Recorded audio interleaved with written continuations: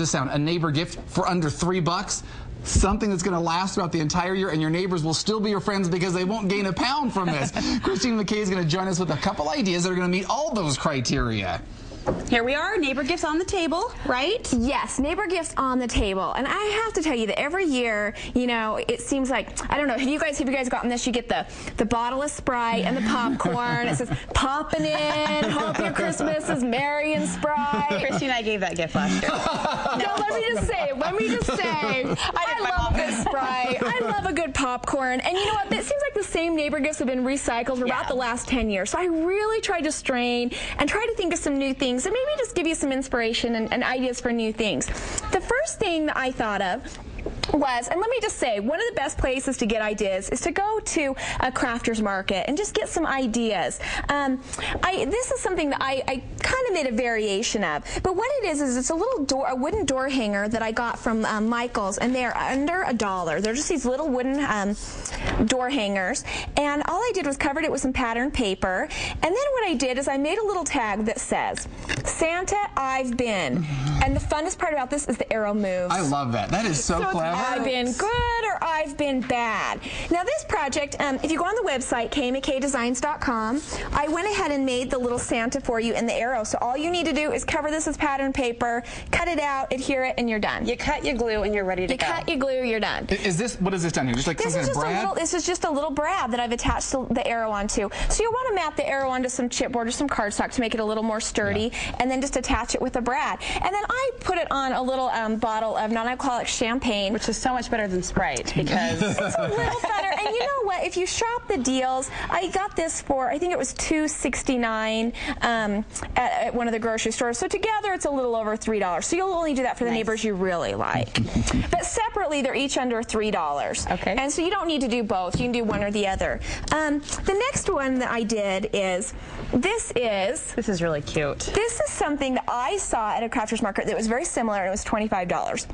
So what I did is I went down to my local Home Depot. This is metal? And got a huge piece of sheet metal, and I cut it into, I got 8, and there was a little extra left over, but I was able to cut out 8 of these from a piece of sheet metal. What did you cut it with? Did you have them cut it for you? You know what? I bought some some metal cutting shears, but they were so frustrating. I just used my craft scissors. The one thing, the tip that you want to be really careful of is that you do round the corners, because it is very sharp. So be careful when you're cutting it. Do you have to like sand it down or anything like that to make sure it's not going to be too sharp? Not at all. All I did was rounded the corners, and it's totally just ready to go. Now, one thing that I will, just a little tip with decoupaging, because what I did is I just took a pattern paper and I decoupaged it on, and then I did the tree. With decoupaging, the biggest tip that I can give you so you're not going to have the bubbling is to do each layer and let it dry completely. Do the next layer, let it dry completely. And how I did the tree was... So a little time consuming. You know, a little time consuming, but if you're working on a lot of them, you can kind of just go down the row, and by the time that one's done, you can go back and start the first one. Yeah, no, I interrupted you. I'm sorry. How did you get the tree so cute and layered? You know what? It's so easy. All I did is I cut out of a piece of green construction paper, I cut out a large triangle. I just found some scrap paper that I had in my scrapbook room, and I put strips on.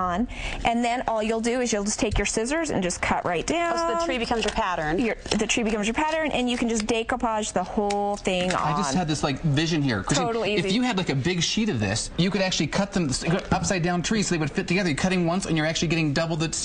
Picture that? Do you see what I'm saying? Wow. Yes. Yeah. You're out of control. Home Depot, here he comes. I'm coming down. Totally easy. And then of course just punch the holes in it and add a little ribbon, and they can hang this up. Bling. When I was all done and it was all dry, I just added a thin layer of glue where I wanted the glitter to stick, and then just like kindergarten, you know, you just sprinkle it on, shake it off, and there you go. This is darling. So totally easy. Okay, the next one is my absolute favorite. This is made out of 14-cent tiles from Home Depot. 14 This cents. segment is brought to you by Home Depot today, apparently.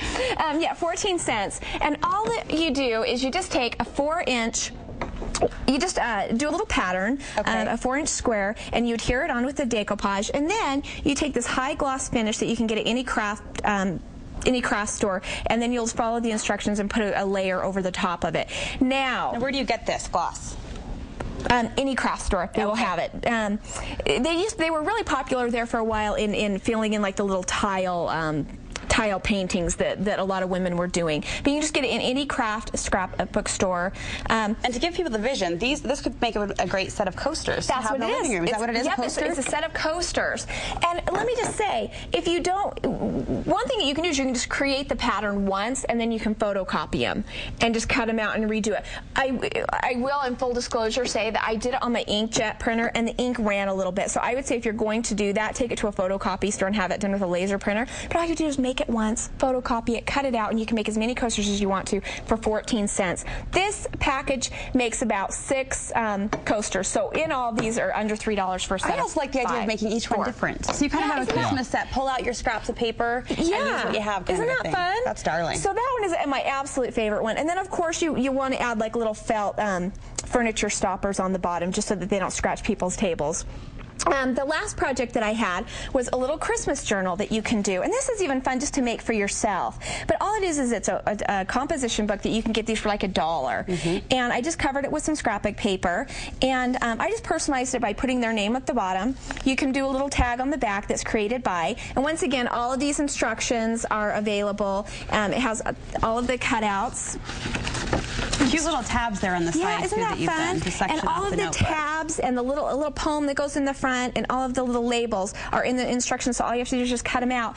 And it's kind of fun because I actually have one of these at home that I've done, and it's so fun to pull out every year with the Christmas tree, and you read back, and I've got some going back from before I even had my littlest, and just reading like our wish list and what we wanted for Christmas that year, what we got, and it's really fun. So it becomes a family Christmas journal. A little family Christmas journal that they can pull out and just write a little bit about every year. And in the back there's a little keepsake pocket that you can just put the little tabs in there so they can add the tabs as the next year comes along. And the great thing is, of course, all the tabs done for you, all templates. Done for you. Everything you see here, pretty much, you can just go to the website and find how you can get the templates for it. Do it easily like that, and under $3. Of course, we've got links on our website as well. You get the complete instructions and the templates from Kristine's website. That's letter K, McKayDesigns.com. If you can get that, you can always, of course, go to our website for the link, too. Great ideas. Thanks, Kristine. No more Sprites, no more popcorn. Oh, darn. There's nothing wrong with it, but let's get out of the box. Thanks so much.